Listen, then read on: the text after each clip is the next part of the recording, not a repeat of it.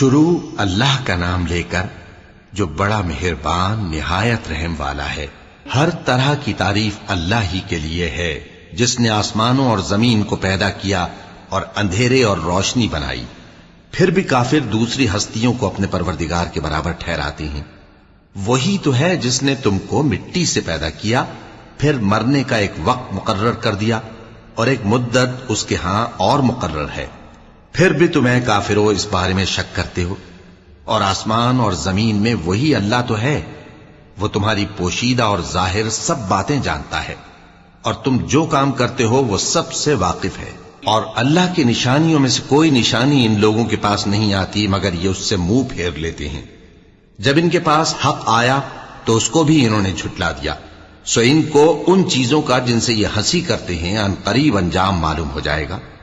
کیا انہوں نے نہیں دیکھا کہ ہم نے ان سے پہلے کتنی امتوں کو ہلاک کر دیا جن کے پاؤں ملک میں ایسے جما دیے تھے کہ تمہارے پاؤں بھی ایسے نہیں جمائے، اور ان پر آسمان سے لگاتار مے برسایا اور نہریں بنا دیں جو ان کے مکانوں کے نیچے بہ رہی تھیں، پھر ان کو ان کے گناہوں کے سبب ہلاک کر دیا، اور ان کے بعد اور امتیں پیدا کر دیں۔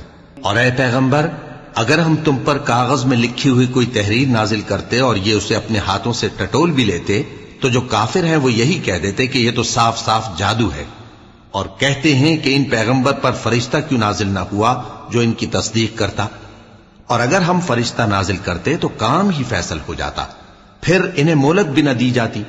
نیز اگر ہم کسی فرشتے کو بھیجتے تو اسے مرد کی صورت میں ہی بھیجتے، اور جو شبہ یہ اب کرتے ہیں اسی شبے میں انہیں ڈال دیتے۔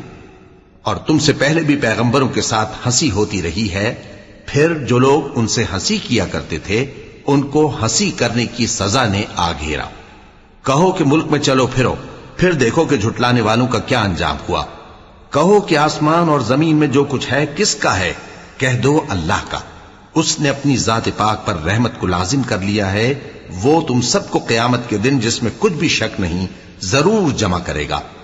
جن لوگوں نے اپنے آپ کو نقصان میں ڈال رکھا ہے وہ ایمان نہیں لاتے، اور جو مخلوق رات اور دن میں بستی ہے سب اسی کی ہے، اور وہ سنتا ہے جانتا ہے۔ کہو کیا میں اللہ کو چھوڑ کر کسی اور کو مددگار بناؤں؟ کہ وہی تو آسمانوں اور زمین کا پیدا کرنے والا ہے، اور وہی سب کو کھانا دیتا ہے اور خود کسی سے کھانا نہیں لیتا۔ یہ بھی کہہ دو کہ مجھے یہ حکم ہوا ہے کہ میں سب سے پہلا فرما بردار بنوں، اور یہ کہ اے پیغمبر تم مشرکوں میں نہ ہونا۔ یہ بھی کہہ دو کہ اگر میں اپنے پروردگار کی نافرمانی کروں تو مجھے بڑے دن کے عذاب کا خوف ہے۔ جس شخص سے اس روز عذاب ٹال دیا گیا اس پر اللہ نے بڑی مہربانی فرمائی، اور یہی کھلی کامیابی ہے۔ اور اگر اللہ تم کو کوئی سختی پہنچائے تو اس کے سوا اس کو کوئی دور کرنے والا نہیں، اور اگر نعمت و راحت عطا کرے تو کوئی اس کو روکنے والا نہیں۔ وہ ہر چیز پر قادر ہے، اور وہ اپنے بندوں پر غالب ہے، اور وہ دانا ہے، خبردار ہے۔ ان سے پوچھو کہ سب سے بڑھ کر قرین انصاف کس کی شہادت ہے؟ کہہ دو کہ اللہ ہی مجھ میں اور تم میں گواہ ہے، اور یہ قرآن مجھ پر اس لیے اتارا گیا ہے کہ اس کے ذریعے سے تم کو اور جس شخص تک وہ پہنچ سکے آگاہ کر دوں۔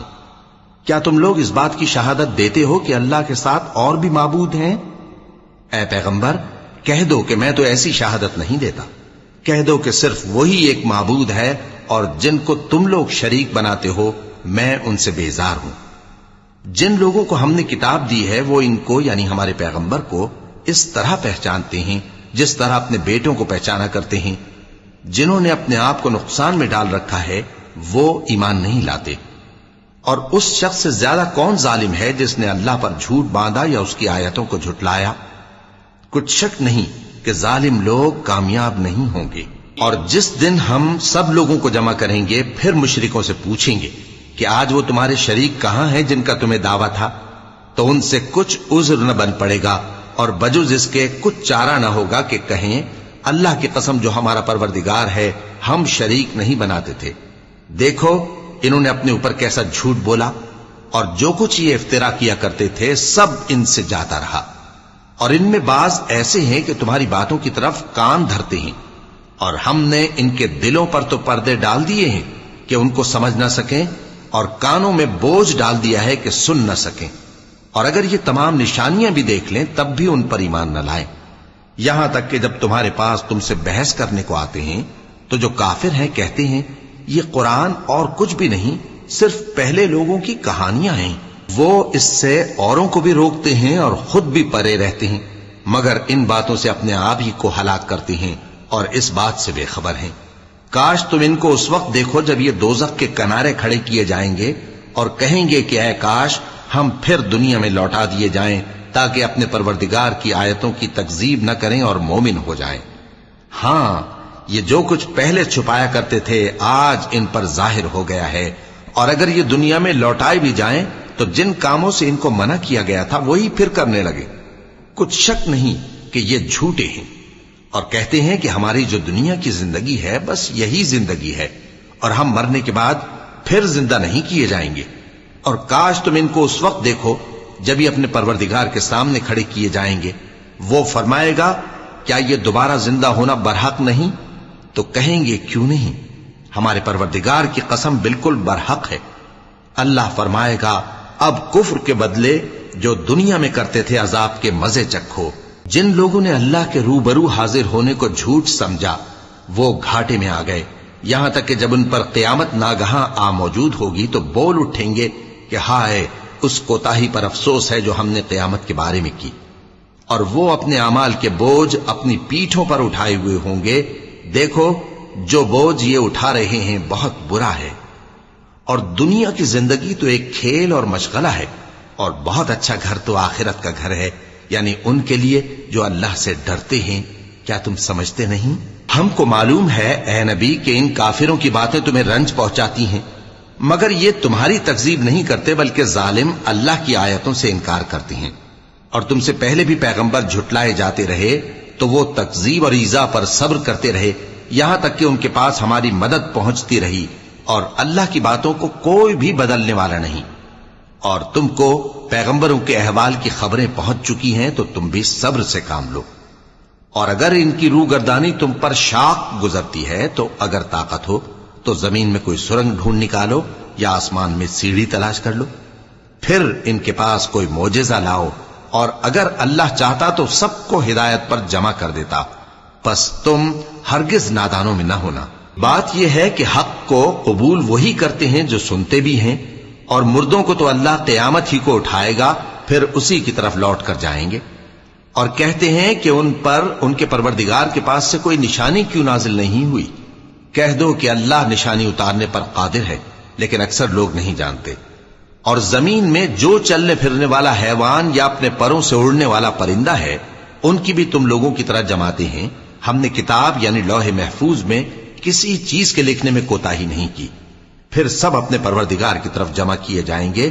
اور جن لوگوں نے ہماری آیتوں کو جھٹلایا وہ بہرے اور گونگے ہیں، اس کے علاوہ اندھیروں میں پڑے ہوئے ہیں۔ جس کو اللہ چاہے گمراہ رہنے دے اور جسے چاہے سیدھے رستے پر چلا دے۔ کہو کافرو بھلا دیکھو تو اگر تم پر اللہ کا عذاب آ جائے یا قیامت آ موجود ہو تو کیا تم ایسی حالت میں اللہ کے سوا کسی اور کو پکارو گے؟ اگر سچے ہو تو بتاؤ۔ نہیں، بلکہ مصیبت کے وقت تم اسی کو پکارتے ہو، تو جس دکھ کے لیے اسے پکارتے ہو وہ اگر چاہتا ہے تو اس کو دور کر دیتا ہے، اور جن کو تم شریک بناتے ہو اس وقت انہیں بھول جاتے ہو۔ اور ہم نے تم سے پہلے بہت سی امتوں کی طرف پیغمبر بھیجے، پھر ان کی نافرمانیوں کے سبب ہم انہیں سختیوں اور تکلیفوں میں پکڑتے رہے تاکہ عاجزی کریں۔ تو جب ان پر ہمارا عذاب آتا رہا وہ کیوں نہیں عاجزی کرتے رہے؟